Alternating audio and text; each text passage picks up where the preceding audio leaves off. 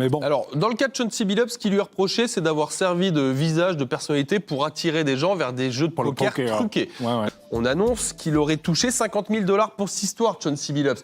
J'ai pas été vérifié son total de gains en carrière entre joueur et coach, mais on est bien sûr sur plusieurs dizaines de millions de dollars. Ça ne veut pas dire qu'il est innocent et qu'on l'accuse de rien, loin de là. Ça veut juste dire que si Chris, il est vraiment coupable de ces faits, bah, excusez-moi, mais il est sacrément con.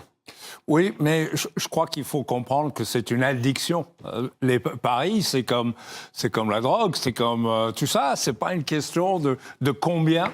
C'est une question de prise de risque. C'est l'adrénaline, quoi. C'est l'adrénaline. Ouais. Et quand on voit que les paris, ils sont autour de tous les sports maintenant, le tennis, le boxe, le basket, le baseball, on comprend que c'est très dangereux et c'est très tentant.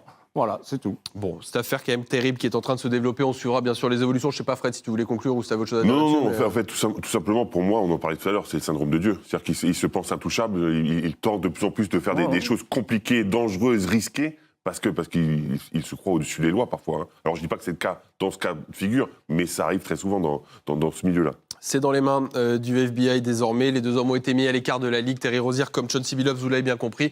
Et on suivra les évolutions de cette sombre affaire qui entache un très joli, par ailleurs, début de saison NBA sur les parquets.